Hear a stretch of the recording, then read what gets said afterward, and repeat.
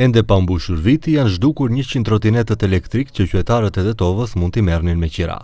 I pyetur për këtë, kryetari i komunës Bilal Kasami tha se janë në servisim dhe se së shpejti do të rikthehen në qarkullim.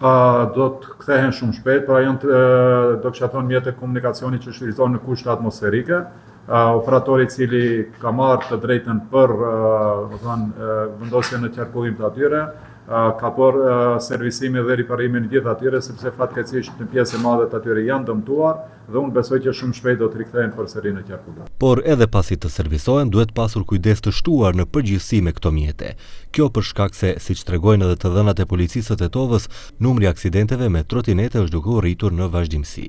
Të dhënat statistikore tregojnë për një rrezik të vazhdueshëm në terren gjatë vitit të kaluar 2025, në rajonin e sektorit për punë të brendshme në Tetovë janë regjistruar gjithsej 37 aksidente, trafiku me pjesëmarrje të trotinetëve elektrik, prej të cilave 14 në Tetovë dhe 23 në Gostivar. Se ky trend negativ po vazhdon e tregon edhe fakti që nga 1 janari deri më 17 maj të këtij viti tashmë janë regjistruar 9 aksidente të tilla trafiku, prej të cilave 7 në rajonin e Tetovës dhe 2 në atë të Gostivarit. Këto shifra janë një sinjal i qartë për nevojën e një kujdesje më të madh dhe respektim të rreptë të rregullave.